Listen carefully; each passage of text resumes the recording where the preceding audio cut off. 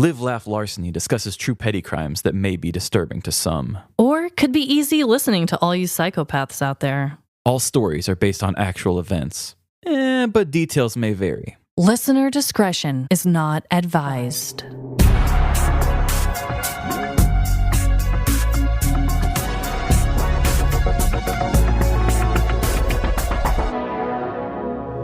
Live, Laugh, Larceny.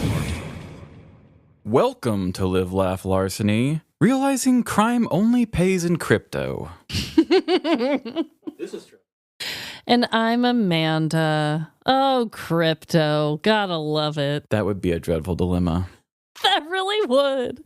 Speaking of Trevin. Yes. This is our final week doing Florida February. Thank you guys for joining us for the second year of this. I love it personally. I do too. I almost thought we couldn't do it again for some reason. I'm not really sure why.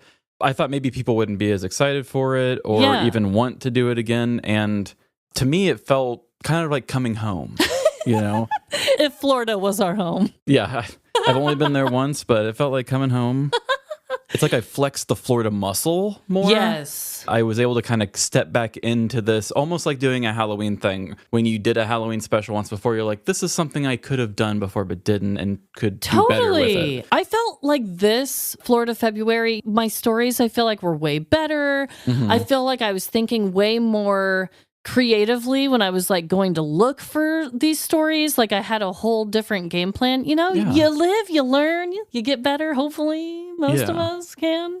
What is your dreadful dilemma this week? My dreadful dilemma has to do with something opposite of what we're experiencing right now. It's a very lovely day in February. Yeah. A couple weeks ago, it was very cold and my furnace was acting up. Oh no, I didn't know that. Since we've been living in this house, the furnace has had a couple times where it's shut off on me. It's not a very old furnace or anything. It was just kind of those normal maintenance man things. That you love to do. Yes, one of those Wink, things wink. that would normally make me very scared. And I tried to look at it differently. I've been trying to work on that. I don't mind making the man jokes, but I try not to, make mountains out of molehills when it comes to these man hills. Yeah. Kind of like I talked about in my politics episode, if you don't deal with something, you have no power with it. And anytime I worked on cars or had to do anything with tools or something, I would say, this is a man thing. I don't belong here. And it almost felt like you were breaking into somebody's house every time you did something.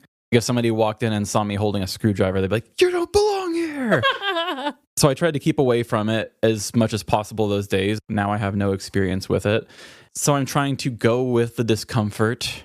My heater went out a couple winters on me, and I found out that it was just, if anybody's ever had heater problems, it's like the most common problem is the flame sensor just gets dirty. And so it can read if there's a flame or not. And if it thinks there's not a flame, it won't turn the fire back on. Okay. Pro tip. Yes. You normally just unscrew a thing, pull it out, scrape it off, and then put it back in. It senses the flame and works great. Wow. Just a little dusting. Yeah. I've done it twice Good for different you. points. But it happened again, and it wasn't that. I even pulled out and I made it extra clean, thinking maybe they would be like, you know what? You fixed the first problem so well that the second problem won't even be a thing anymore. But it didn't work like that. This is going to be a dumb question. They have filters, right? Yes. Yeah. We've ran into a thing where all we needed to do was just like change the fucking filter out. Oh. Was that a problem? No, it wasn't the filter. Okay. I had to reteach myself how to look up the fault codes where you push a button and it gives you a little Morse code light, and then you have to look at what the light is. Oh. And I had a fault code for my high pressure valve. Okay. I looked up a thing and it said, a lot of times it's not actually that the high pressure valve is not working. It's just that the hose is plugged. Oh. So there I was in my dirty old laundry room on my knees. Wow. And I thought, I'm going to get myself out of this situation like I get myself out of every situation. I pulled the hose out and I gave it a big blow. I did not know where you were going with that. I felt the hose actually had something in it and went, oh my God. It was like a gigantic spit wad. I felt it and I was like, and I could tell it was more clear. And I was like, well, I definitely moved something. I don't know what. I attached it and I fixed it. No fucking way. Yep, that's all it was. Like, must have been a booger in the hose. I don't know. Trevin the man. Trevin the man. Trevin the man has fixed his furnace. Oh my God. So the skills I already had, I just had to trust in myself to find my way. Yeah. Just a little snag in the line is all. Yeah, I just put all my air into it, and now you are heated by these lungs. Thank you, lungs. Well, that is dreadful. I hate it. You know, I've had my own fair share of appliances going in and out. Yeah, it's like a video game. You know, I just added a little bit more XP, like a little more man XP. Yeah. Next time an HVAC issue comes up, I may not have to look at YouTube. Well, I also have a dreadful dilemma. This is actually talking about people that get on their knees for a very different reason. Oh. Are we talking about Friday night or Sunday morning? Oh, we're talking about more of a Sunday morning type. Okay. So recently, I went to a KU basketball game, and it was with my husband, my sister-in-law, and my nephew. Have you ever been to the Allen Field House, as they call it? That's the name of the... No, I've never been. Okay. The energy in that place... Holy shit. It was off the chart, like so loud, actually, that I wish I had headphones on. Yeah, college people are crazy. Oh, they're crazy. And written on the wall, it's like, take heed, beware of the fog. And it's dramatic. And their spirit sections were off the chain. So I have to give them that. It was a great game. It was KU versus BYU, which, because I love the show Secret Lives of Mormon Wives, I know that is a Mormon college. And it was really funny. A lot of the signs in the audience were like roasting them. They were like, don't make the game go too late. BYU has a curfew. Don't poop your magic underwear. Exactly. Anyway, the dreadful part happened before the game. I had forgotten about this group of individuals. They reside and do most of their bullshit in Kansas. Are we still talking about Mormons? Oh, no. We're talking about a different group, the Westboro Baptist Church. They still are doing stuff? I looked them up not too long ago, and I thought they were such a small group that nobody even talked about them anymore. Oh, we about to talk, and maybe they are small, okay? There weren't very many of them. I don't know if I've said this on the mic, but I'm surprised during these times they haven't had a huge comeback. It seems like in these backwards times, they should be like leading healthcare. Don't give the people ideas, Trevin. Don't give the people ideas. So this group, for those who aren't familiar, I mean, I grew up in Kansas. I heard a lot about them. They're basically this like really hate-filled cult. You can't even call them a church. They're just filled with hatred, pure hatred, very culty. They love flexing the First Amendment right by protesting people's funerals, whether they be gay or veterans. They would protest veterans' funerals. It's very confusing who they choose to protest and where they go.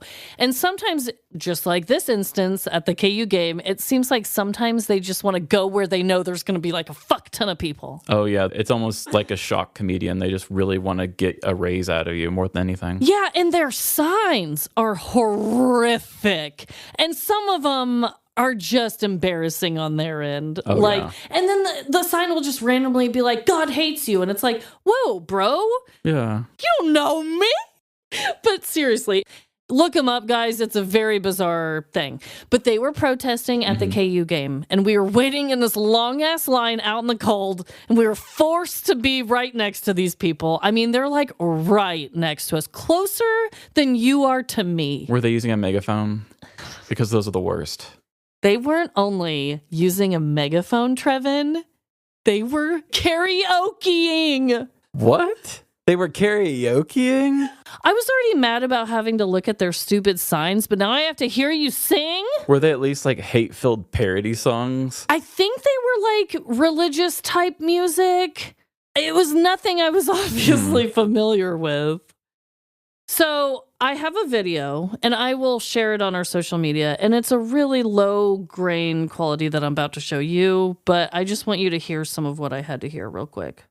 In the video my sister-in-law took of me, she got her singing and then me plugging my ears and being like, oh my God.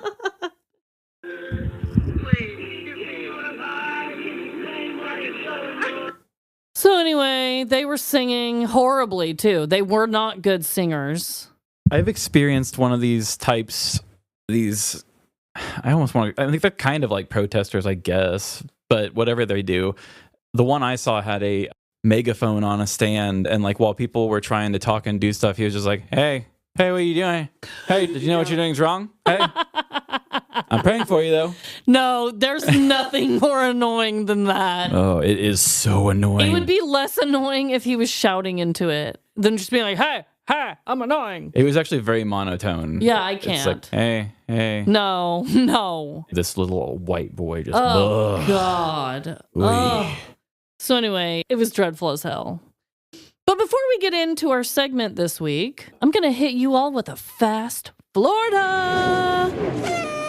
Fast Florida finale. What you got for me? I almost told this as my story this week, but there were a few things about it that made me change my mind. And after I share this, I think you guys will understand why.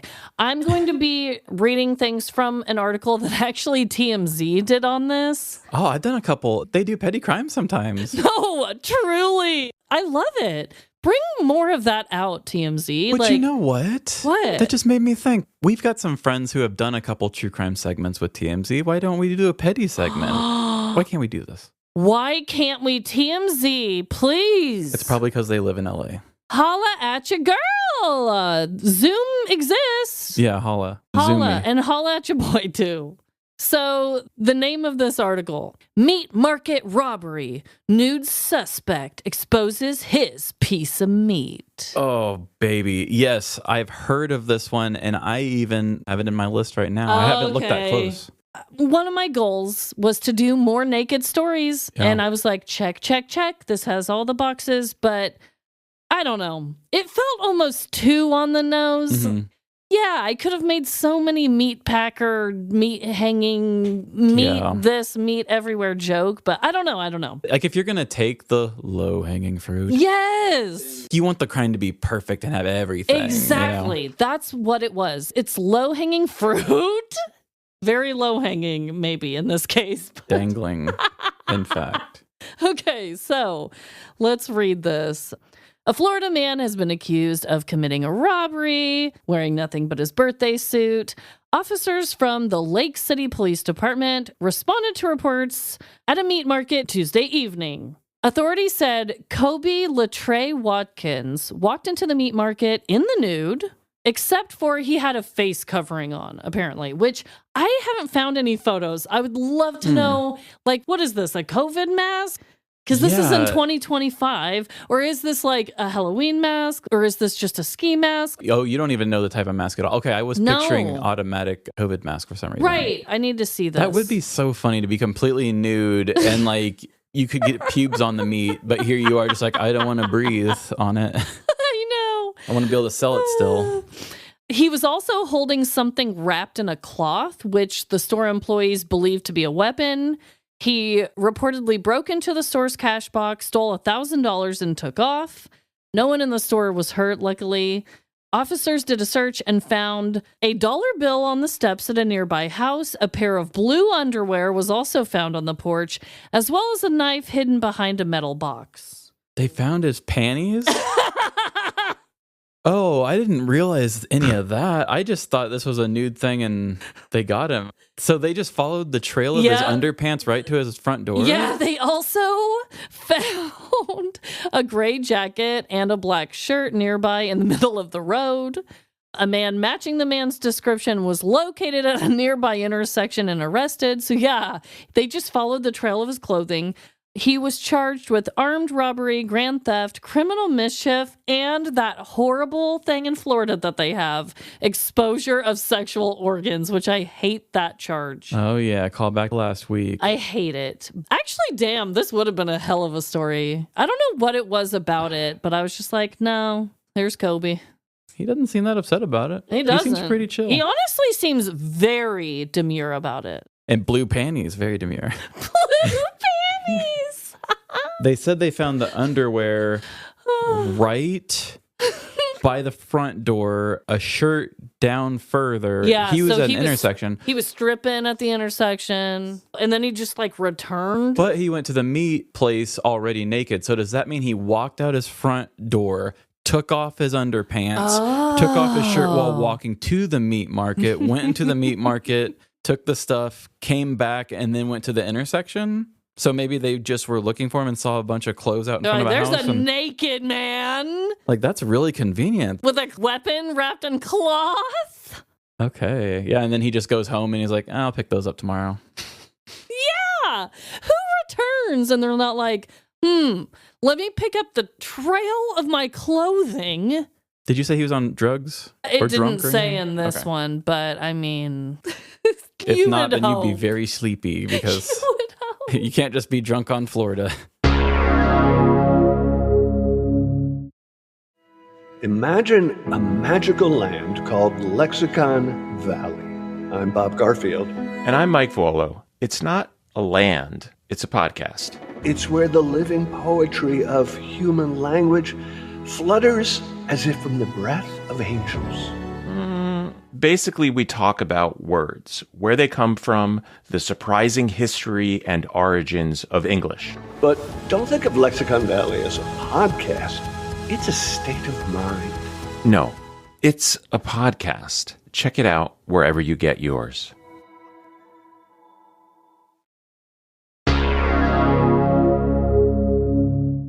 This leads us into our segment this week, which we are going to be doing a round of Florida trivia. Whoa, Trevin, we do not have the rights to say that. Let's have a fun time. Trivia. Right before we got into deciding what segment to do this week, I said, oh no, we've done all the segments Florida. Like, I don't want to do a would you rather than Florida. And then you reminded me that trivia existed. I forgot we had not done that yet. Trivia does exist, and thank goodness for that. Because I've got a really good one for you. I did get the answer to my trivia question from the website clickorlando.com. There's a lot of history in these tourist websites I found. No, truly, I love them. Keep doing what you are doing. It's just like the attorneys. Get your thing. Yeah. Get the attorney websites, the city websites. I'm loving it. Yes. The article, though, and this doesn't give away the answer or anything. It just is kind of a warm-up, if you will, an appetizer. This Florida stump is even older than Jesus. Here's its tragic story. Is it more tragic? I'm not trying to be super religious based today. You just got all these new millions of listeners. You're going to bore them with Jesus talk. Sorry, guys. I'm going to give you a brief backstory, and then I'm going to give you your trivia options. Seminole County in Florida was once home to a tree that was over 3,500 years old. It was considered the largest and oldest bald cypress tree in the world. And the name of the tree, I don't think I said this, is the Senator. Oh. Additionally, the Senator was possibly the 5th oldest tree worldwide. But you won't be able to find it anymore, at least not like it used to be. Today's trivia question, Trevin. How was this iconic tree destroyed? Was it A, burned down by an arsonist, B, knocked over by a drunk truck driver, or C, chopped down by city officials to build a shopping center? Ugh. Probably the saddest one to me is the most plausible one. I know. Because we live in the saddest timeline, but I don't know why, but I'm feeling like it's B. And you are incorrect. It was not a drunk truck driver. It was actually A. Oh, I would have been wrong either way. Yeah, you were wrong either way. That's great. So an arsonist. An arsonist burned down the tree. So the tree was named the Senator in 1927 after a state lawmaker donated the land on which it sits. So it's a pretty simple reason why they named it that. Mm-hmm. This tree was found at Big Tree Park in Longwood until January 16th of 2012. While investigators initially said the fire wasn't purposefully set, the detectives later deduced that it was the work of arson. Investigators said that a Winter Park woman, Sarah Barnes, had gone to the park that morning with a friend, jumped the fence around the senator, and entered into a hollowed-out portion of the tree. After grabbing some dead leaves and other vegetative debris, Barnes started a small fire inside the senator to allow her and her friend to see better. Okay, I'm sorry. Like, are they Get reading a a fucking book? flashlight? What? Okay, so she wasn't trying to hurt the senator. Apparently not. I thought she was an arsonist who was like, I hate this tree for being historic or something. Okay. Dude, it's even dumber. Like a Mr. Magoo sort of situation. So dumb. Though the fire quickly grew out of control, court records show. Barnes then fled to a nearby fast food restaurant from which she watched as fire crews arrived to put out the fire. According to those records, Barnes was later taken into custody more than a month later, telling investigators that she regretted her actions and she hadn't meant for the fire to grow so big. At the time of her arrest, investigators also said they believed that Barnes had been trafficking in illicit substances. Barnes was ultimately found guilty of burning public lands and possessing meth. A year after the fire, small branches from the senator were given out to the public for free. Much of the surviving wood was granted to 4 artists who were selected to produce art pieces in the senator's memory. That's kind of sweet. Yeah, that's nice. But so fucked up. Did they say she was on meth when she did it? I think that's maybe why they put that in there, because why else? So I mean, maybe she's not just a complete like ditz or something. yeah, It's she's not like, a complete dipshit. She was just on meth, maybe. I really don't know. Okay. But makes a little more sense. oh, I'm going to get in this little hollowed out wooden structure, the place from which wood comes. And I'm going to start a fire in it. Just so I can see it better? I'm sorry? So I was thinking of almost like a little campfire situation. But yeah, it's almost like she lit the fire and backed up and she was like, damn, that is a beautiful tree. There it goes. Yeah, yeah. Come to think of it, this actually could have been a good petty crime story to tell, too. I'm honestly full of them today. Just making fun of this fool. Full of them today. Wow. Let's see if I can get your trivia right. I have a fun little history, but it also is petty. Ooh. To me. So, petty history, my favorite kind. I had never heard of this, and I thought it was a silly, fun story, which also probably could just be a story, too, if I wanted to go historical. Ooh, hell yeah. We need to do more of that this year, too. Yeah. Like, dive deep into the history of pettiness. We'll have to be at those old movies where they go to the library and start, like, and they see the scanners, winding the old newspapers. Fuck yes. Okay, my trivia for you. Which Florida city seceded from the United States and immediately declared war by attacking a Navy officer with a stale Cuban bread? Is it A, Key West, B, Pensacola, or C, St. Augustine? That is tough. Key West, Pensacola, or St. Augustine. Now, there is a battlefield in St. Augustine. Mm-hmm. But I don't think it has any fucking thing to do with this. With bread? No. This is like real war. It's either Key West or Pensacola. I'm gonna go with Pensacola. And you should have called Key West. Was it? Yeah, Damn it. you're incorrect. It is Key West. Okay. So this is a thing called the Contra Public. Have you ever heard of this? Mm-mm. Okay, so in 1982, the U.S. Border Patrol set up a checkpoint on the U.S. Highway 1, the only road that connects the Florida Keys to the mainland.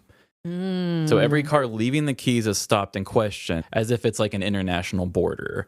They're looking for immigrants. They're looking for narcotics, just all this stuff. Traffic backs up for miles. Oh, fuck, no. Tourists cancel their trips because they don't want to come to the Keys anymore. Right. Local businesses start losing a lot of money. The Key West officials argue that they're being treated like a foreign country, which, I mean, that's a lot of work to get in. And they went to court over it. They didn't win. Really? On April 23rd, 1982, Key West declared independence from the United States. They just said, hey, if you're not going to work for us, we out. Yeah, if you're going to treat us like we're another country, might as well. So they called themselves the Conch Republic. And when was this again? April 23rd, 1982. 80s. Okay. So not even that, older than us. Yeah. Not that long ago. The mayor, Dennis Wardlow, announced a declaration of war against the United States. He symbolically attacked a man dressed as a U.S. Navy officer with stale Cuban bread. The war lasted 1 minute. The Conch Republic quickly surrendered, but immediately after surrendering, they requested $1 billion in foreign aid. Oh my God. We'll leave you alone. We'll leave you alone. Give us $1 billion. It was pretty much just a big national media stunt. That was enough to get them enough attention for the checkpoint to be removed, and tourists bounced back and everything was fine. It sounds like it was not only like super fucking inconvenient, but it was making the Keys in general like a place nobody wanted to go to. The Conch Republic is such a fun idea, and that's like something I would do. If I was a mayor or something, I would say, okay, I'm going to do this. I'm going to make somebody dress up as my enemy, and I'm going to slap him with a piece of bread. I love it, personally. He's a showman. I love a good showman. Same.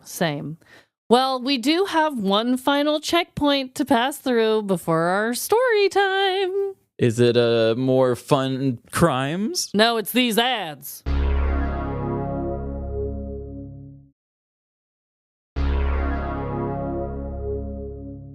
And we're back. I hope you all successfully made it past that checkpoint and you made it over across the bridge to story time. Yeah, because if you stopped there, you did not get to the main event at all. Yeah, come on. So this story, this petty crime Florida story, was a real fun one for me. I get to discuss a topic I am super passionate about. Okay. Which I love to do. It's a story about knockers. This is another one that's not like the first two Florida stories where it was like a lot was written about these people. Oh, yeah. I definitely got to have fun with the backstories because there was not a lot about these people. It seemed like that was something you were just going to have all these dense stories with all these characters. Not that that's a problem, but it's like you were just finding all these people. I thought you'd never stop. No, I know. No. This one is very minimal about them. I got to have some fun with it. And I think it is the perfect finale to my Florida stories. That was going to be my question. Yeah. I think it's a really good one. It's just like a good classic. Well, you'll see. I'm not going to ruin it. But a classic closer. Yes. So here we go. My favorite animal is tragically part of most of America's regular diet. While others call my precious pets hamburgers, roasts, or steaks, I would consider them simply cute cows. I can't believe I have to explain to people why cows are so adorable, but here's my brief debate on the subject. With nicknames such as grass puppies, moo-moos, and pasture pups, it is undeniable that cows are sociable and sweet creatures.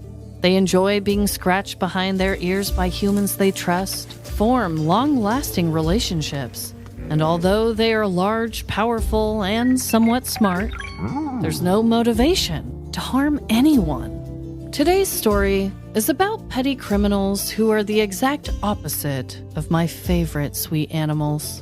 Ones who committed a crime that ended in beef with the police.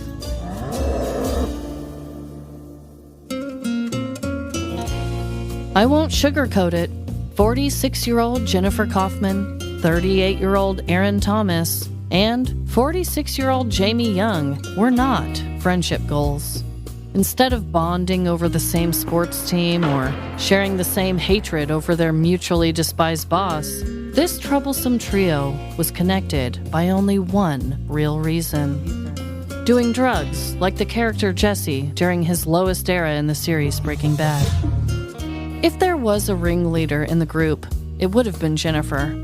Her extroverted and determined personality took charge planning the nights they met up to get high. Erin, you bring the cocaine and crack pipes. I'll bring the syringes and spoons. And Jamie, you find us a vehicle. Erin, being the younger woman of the crew, went with the flow and naively followed instructions most nights. Yeah, totally. And Jamie was used to being tasked with the riskier parts of their plans, being that he was their token guy friend and outnumbered by female votes. Where am I supposed to find a vehicle at? Whatever. I'll pick you girls up later tonight. It was a typical muggy night in Sanford, Florida on August 6th of 2018. Jamie approached Jennifer standing at their regular meeting spot at a bus stop and honked the horn of a stolen Subaru SUV to alert her of his arrival. Jennifer excitedly swung the passenger side door open and greeted him coolly. See? I knew you could find us a ride. Now let's go get Erin. Go, go, go!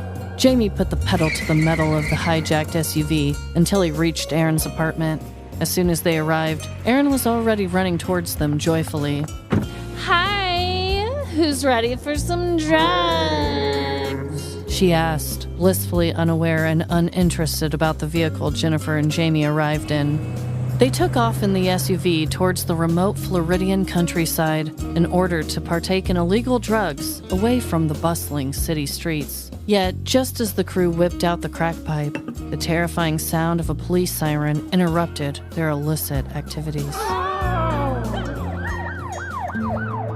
Jamie again slammed on the gas pedal, taking off into the maze of gravel country roads. It's okay. It's just one cop car. We can outrun it. No problem. Jennifer spewed out in a panic, looking over her shoulder as her paranoia only increased. Guys? Why is a cop car following us anyway? Erin asked, even more unaware than before. It's not just one cop, you crackheads! Look, they already called for backup! Jamie screamed as he accelerated faster in the vehicle.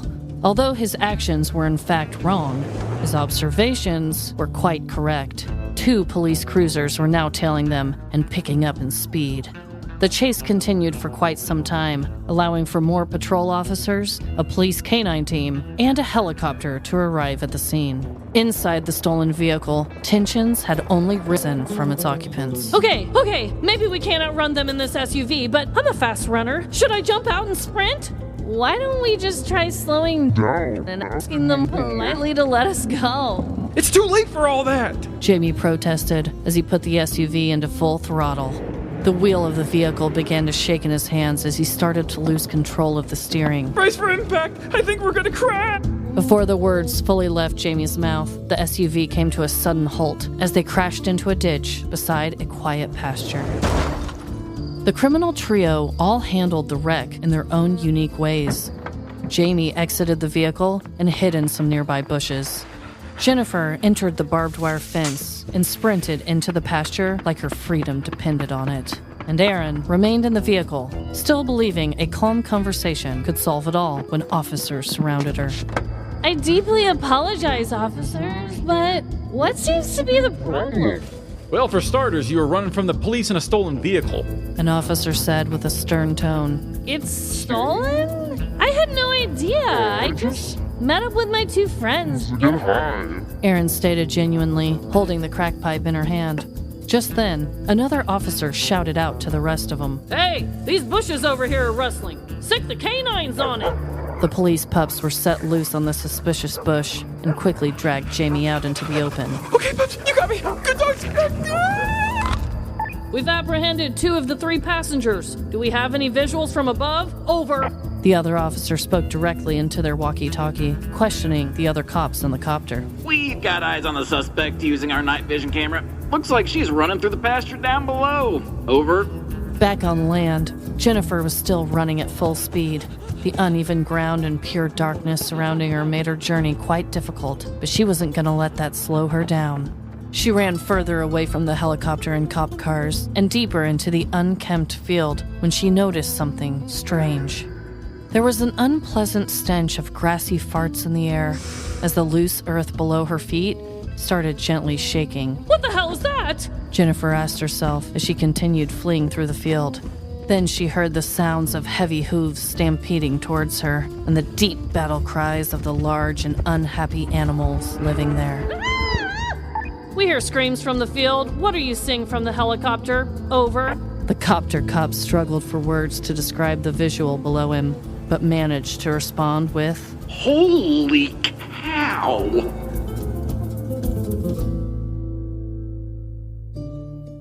Late Monday night, on August 6th of 2018, Sanford, Florida police spotted a stolen Subaru SUV in the countryside, and a chase ensued. As the chase intensified, a police canine team and a Seminole County Sheriff's Department helicopter assisted with stopping the car thieves. The stolen vehicle ultimately lost control and crashed into a ditch next to a pasture. The driver, identified as 46-year-old Jamie Michael Young, fled the crashed car and was quickly found hiding in some bushes nearby with the help of a canine team. 28-year-old Erin Thomas remained inside the vehicle and told police she didn't know anything about the car theft and was just trying to get high. 46-year-old Jennifer Kaufman took a different path as she sprinted into the nearby pasture. From overhead, the Seminole County Sheriff's Department helicopter circled Jennifer and used a special night vision camera that detects the body heat of living things. Video of the search captured officers in the helicopter stating, "A large group of cows is following her for a good visual. It looks like they may attack her. She's pretty far into the field now. If you see the large group of cows, they're literally following her and chasing her." Eventually, the herd of 16 to 20 cows in the field chased and herded Jennifer into the corner of the fence, where police were waiting to arrest her.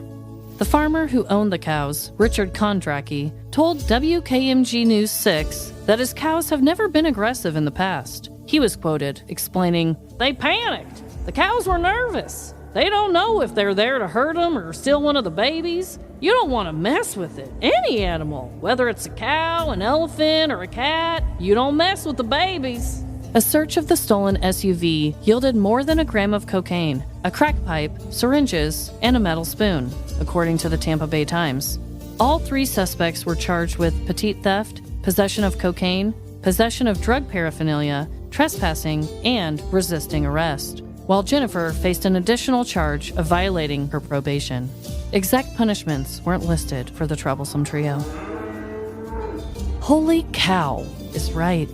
Not only does this legendary story reinforce my opinions on cows being sociable and cute, but it also proves that they are natural-born petty crime fighters. Throw some respect on these massive and mooing animals. And don't stay out past your bedtime, or else you could find yourself involved in a crime story that is utterly ridiculous. Whoa. Hero cows? This is really a story for you. For No, sure. I know.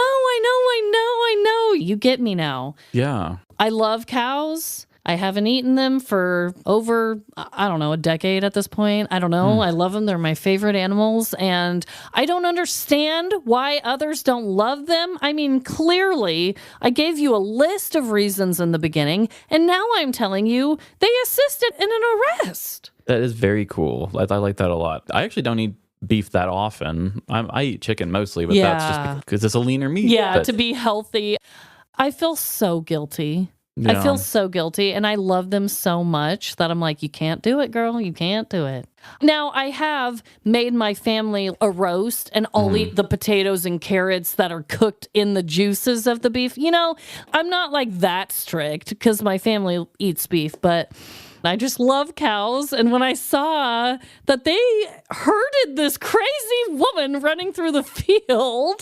That's always been a fear of mine growing up on a cow farm. As a kid, there was always a lot of points where my dad would kind of ask me to do things that I wasn't always comfortable doing because it's always just like, no, you got to get out here and just like, grab them by the hooves, or something like that. It's a hard situation to deal with when it's like, he's a country dad and like I'm unsure and I'm actually scared sometimes of these big animals. And it's like, just get in there and do it anyway. And then you kind of get forced into it sometimes. Yeah.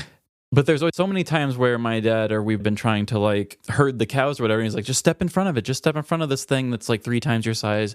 It will stop. I've never seen it not work, but there have been times where in the game of chicken, I back off every time. Right. It's something I've never witnessed of them ever like turning and chasing a person or anything. Right. Because my dad would always be like, don't worry, it's going to be fine. Your dad didn't know, I guess. Or this guy is just, he's got some rude cows. I don't know. I know.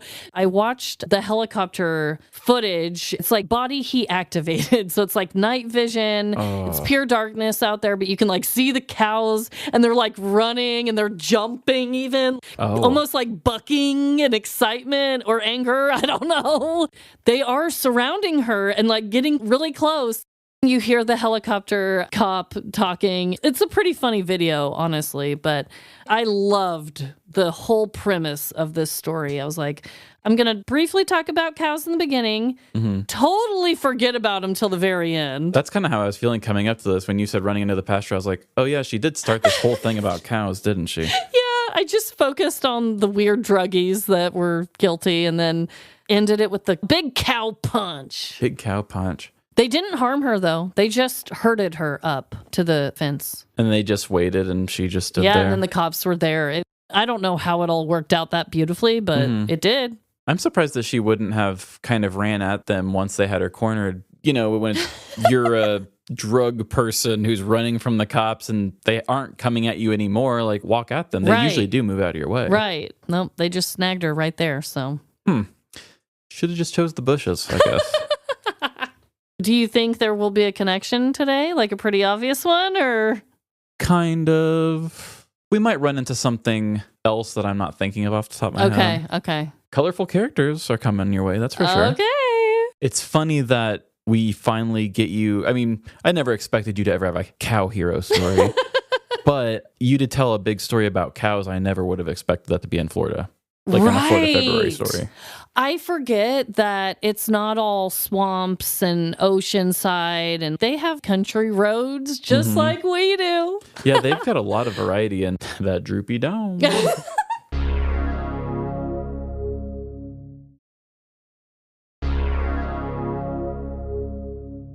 And welcome back to the last part of this Florida February finale.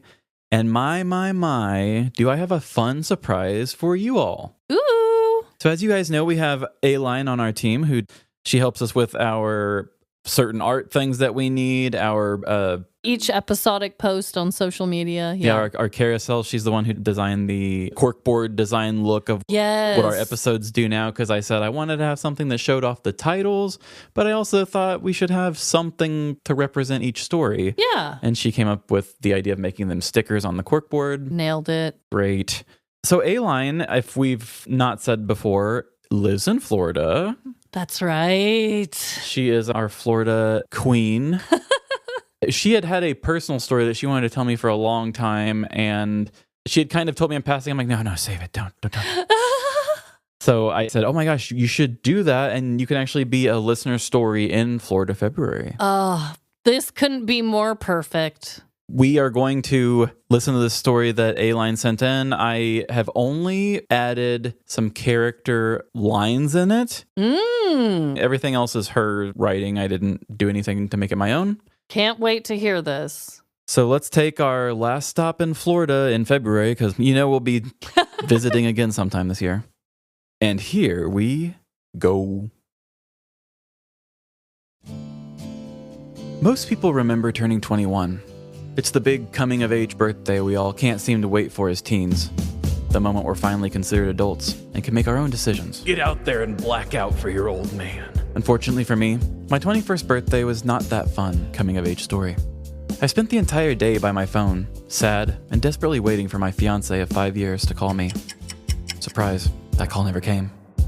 That's right, I got silently dumped on my 21st birthday. And to make matters worse, I didn't even own an ID at the time, so I never got that first legal drink to drown my sorrows. But that's not what this story is about. This story is about that somehow even more forgettable 22nd birthday. To help set that stage, I'll need to give you a little backstory. In the time between my 21st and 22nd birthdays, I was desperately trying to figure out who I was as a person. I had gone from this quirky, colorful, weird girl into an off-brand Paris Hilton. That's hot. I was raised by a wild child. I was the baby of my family, 6 kids total, 5 boys and me, but I was the only one my mom actually raised. The lifestyle I grew up in around was one big party. She managed a bar during my young years, had been a stripper for as far back as I could remember, and was always the queen bee and center of attention, no matter the setting. Who is that beautiful woman getting her wisdom teeth pulled? With that lifestyle came lots of family who weren't actually related to me at all. I grew up with no real blood relatives around, just a bunch of pseudo-aunts and uncles she had gathered along the way. And that, my friends, is who this story is about. My Uncle David. Uncle David had been in my life for as long as I could remember. I have so many memories of waking up Christmas morning, running to the living room, and there he was, sitting on the couch. Happy birthday, Alan. Where did he come from? I have no idea. But there he'd be, with his wild, long, frizzy, curly hair and a beer in his hand, ready to tell me stories about being in the marching band. I believe my mom met him in Daytona Beach before I was born, and knowing her, it was most definitely in some kind of bar or party setting. Can I come in and show you my trombone? For my 22nd birthday, my mom decided we were really going to celebrate. We were going to make up for my 21st being so sad and awful. I worked at a music store at the time. The plan was for me and my best friend Erin to meet her after work. I had no idea what she had in store. When I came home with Erin, to my surprise, there was Uncle David sitting at my kitchen table, chatting away with Mom. As per usual, I had no idea where he'd come from. He didn't visit or call often, especially as I got older. I honestly couldn't remember the last time I'd seen him, and sadly, this would also be the last time I ever saw him. I wish I could give you all the juicy details of a night of wild, crazy degeneracy. Alas, while I'm sure there are plenty, I can only recall a few. The night started with all of us riding up to the liquor store, where my mom said she just wanted to get a little alcohol for the night. I guess by little, she meant buying out a chunk of the store.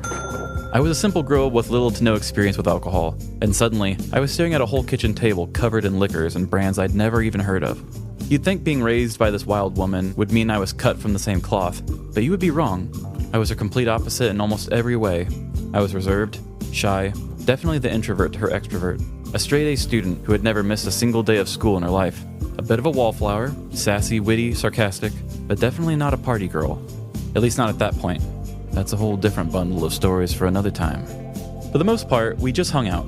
Mom blasted music from our mid-90s artifact of a big screen TV while we drank random liquors with random mixers. How about 151 and skim milk? Pour that shit up! In the middle of the table sat a box of Grey Goose. It felt sophisticated and otherworldly to my young, inexperienced mind. This was not something I'd ever seen my mom drink. She was a Canadian mist whiskey tap water chaser woman through and through. But I wasn't drawn to the vodka itself, no. What I wanted was what came with it. It was like an adult version of a cereal box prize. Inside was the most gorgeous martini glass. The stem was a beautiful pewter trunk that I almost thought was a tree. Apparently it was supposed to be vines, according to the Google machine. Had I ever had a martini? Absolutely not. Even to this day, I couldn't tell you anything about one, except that maybe it's supposed to contain vodka. The night trudged on. We partied. We were loud. We were white girl wasted. Apparently, there were some unspoken rules about this special bottle of Grey Goose, rules only my mother knew about. Maybe she told herself, who knows. What I did know was that I did not care in the least about the fermented potato juice. I just wanted that glass. Somewhere between 11 p.m. and 1 a.m., because who can conceptualize time in moments like these, my mom's voice suddenly rose from the kitchen. Dave! Erin and I made haste. This was not an unexpected occurrence in my mother's world. Apparently Uncle David had not only opened the sacred box of wonder, but had also started drinking from the bottle. My mother was absolutely livid. I can't believe I made you family! I was completely indifferent. I tried so hard to interject and explain that I didn't care who drank it. There was no way I could drink all the liquor she'd bought anyway. Please! She wasn't hearing any of that. Her focus was solely on this special bottle. No! You can blame it on the goose! This was my bottle and was not to be opened or consumed by anyone other than me. But I didn't want it. I didn't care in the slightest, and I tried so hard to say so. At this point, we'd been drinking for hours. All four of us were probably headed straight to Blackout Town. Everything from here happened so fast, and some of it is still a blur. My mother proceeded to scream obscenities at Uncle David. You frizzy old Tampa bitch! Within seconds, my tiny kitchen was a full-blown scene of chaos. My mother produced her police-issued pepper spray and unleashed the spiciest fury straight into my uncle's face. We were instantly incapacitated, gasping for air, shielding our faces, desperately trying to get to the door. The room erupted into pandemonium as we clambered onto the tiny porch, blinking into the night and trying to escape the cloud of spicy particles. All I could hear was my uncle yelling, Damn it, AJ! I can't see! Through my pouring eyes, I saw my mother come barreling out of the door with a kitchen chair raised above her head, charging straight toward my uncle. I'm not done with you yet! He took off as fast as someone can when they're blind and drunk. It looked like a scene from Tom and Jerry, two 50-something-year-olds, one chasing the other down the street, my uncle screaming, You crazy bitch! While Erin and I stood on the sidewalk, watching through burning eyes, frozen. unsure what would happen if we stepped in. My mom came back shortly after like nothing had happened. Anybody want a Hot Pocket? She put the kitchen chair away, muttered obscenities about my uncle, Tampa bitch. then took herself to bed and fell asleep within seconds, leaving Erin and me to clean up and air out what was left of the pepper spray. Unfortunately, that was the last time I ever saw or heard from Uncle David. I think about him often and wish I had a way to look him up and check on him. I only ever knew him as Uncle David. Wherever he ended up, I hope he's doing okay. And whatever happened to that beautiful martini glass? Thank you so much for asking. I never drank out of it. I definitely wasn't sophisticated enough to use something that fancy while getting sloshed. It sat on the shelf above my mom's sink like a glorious little knick-knack for about 3 years. Then one day, while I was washing dishes, it decided it was done just existing. It leapt into the sink, shattered into pieces, and sliced the entire side of my left hand wide open. It took 12 stitches to close me back up. I still have the base of the glass. It now holds my kid's scrunchie collection. It could also be used as a weapon in case of emergency. After all, I am my mother's daughter.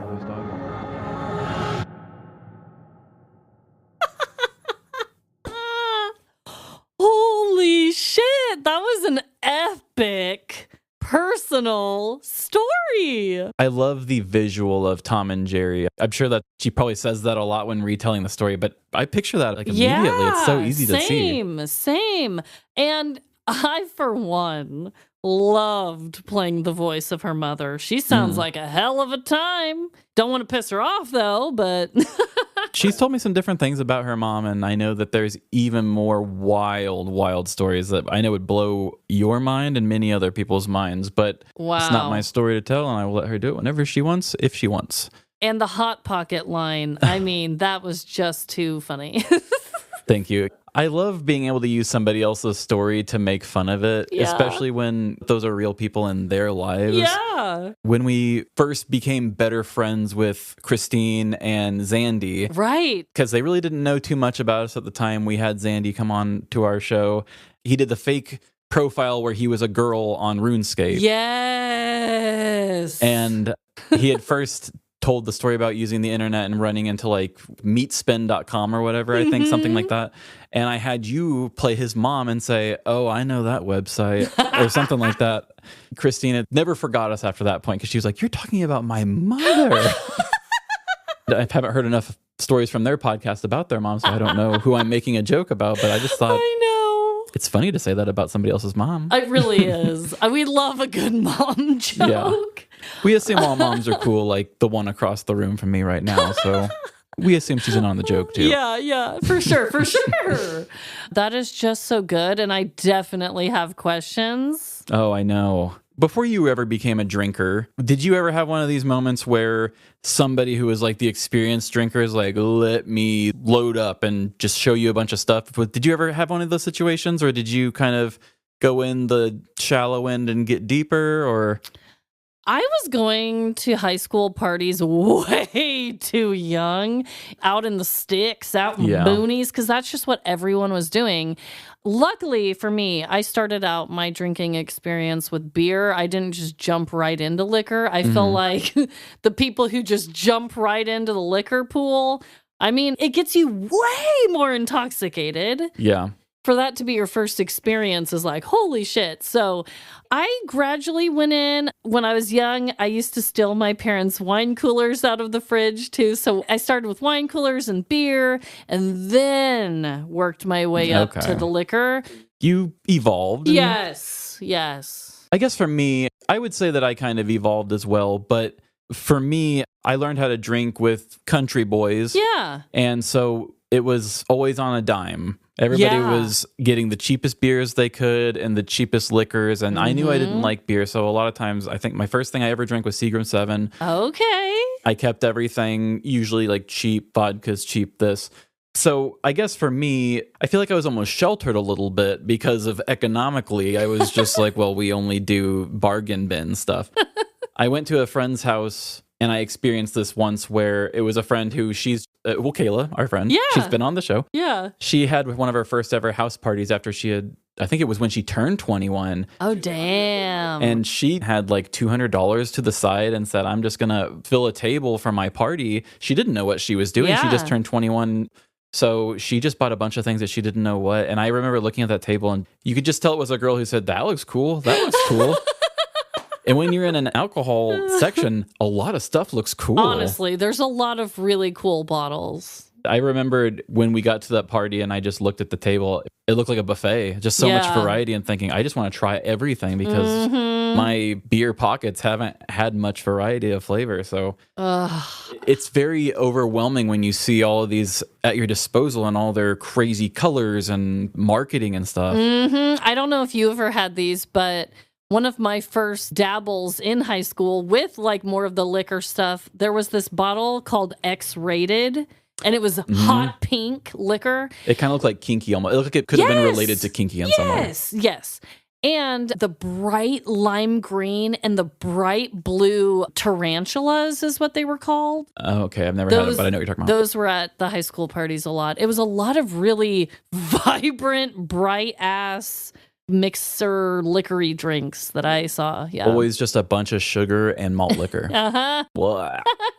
The good old days. So yeah, I was probably 27, probably. A friend and I were out, and he said, hey, look, I got a Mad Dog 2020. You want to get nostalgic? And we both split one, like a couple of gentlemen. Okay. And felt like shit. We were like, let's just pregame dinner and like go have a half a Mad Dog and have a little evening. It just didn't hit the same, did it? I just felt gross before I could even get to the good drinks of the evening. Yep. I don't know. I came from a similar place to you. It was very cheap, very whatever was accessible for the liquor.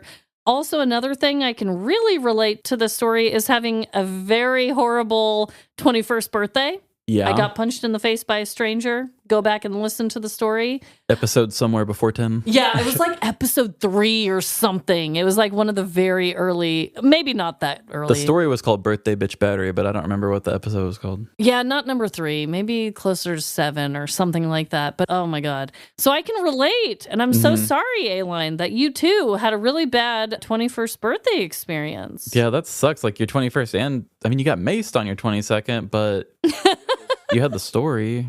But you still had to clean up, so that was probably still technically a bad night. Getting maced. I've never been around mace. I've never got it in my eyes. I guess I was at a party once where my husband, I think we were just dating at the time, he asked one of his friends to mace him. He just wanted to know what it felt like. What an idiot. Like, what? Well, did he like how it felt? No, he did not. It like ruined the rest of the night for him. I mean, he still pretended like he didn't, but I could see it in his eyes that he was struggling. He's been tased too, right? Like he's asked to be tased, or has he not? Ooh. Good question. Maybe? Maybe.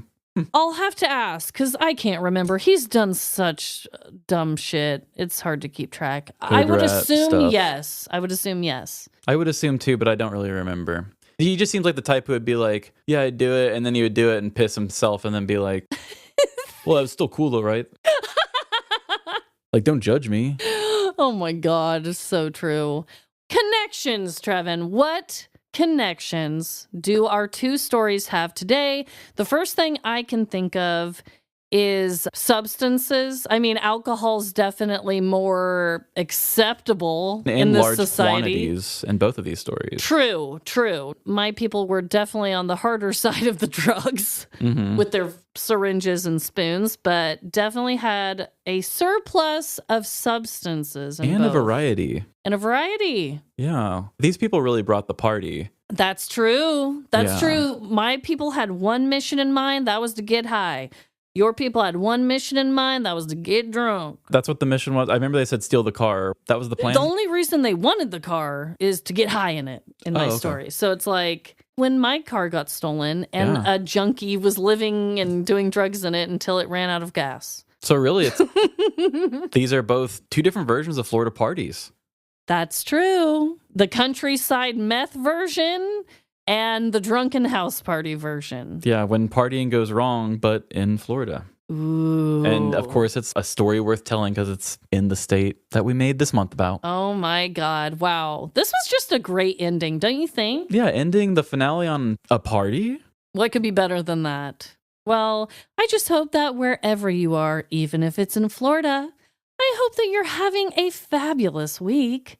And just remember, no matter the crime, big or small, in the end, we are all doomed. Doomed to get a hot pocket.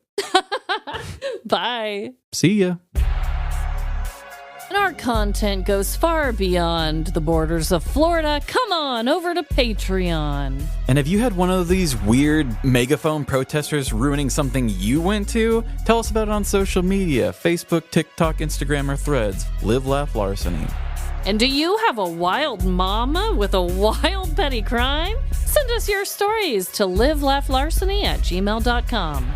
And give our show the same rating I would give the Contra Public's declaration of war. 5 stars, hit him with the bread. Give us your good reviews wherever you rate podcasts, Apple, Spotify, or Good Pods.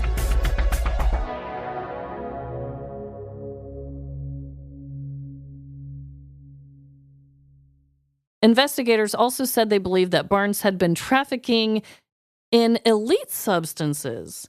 Barnes was ultimately... Elite? Oh. Elite. I want some elite substances. Oh my God. I meant illicit. Oh, okay. Can this be the blooper? Yeah.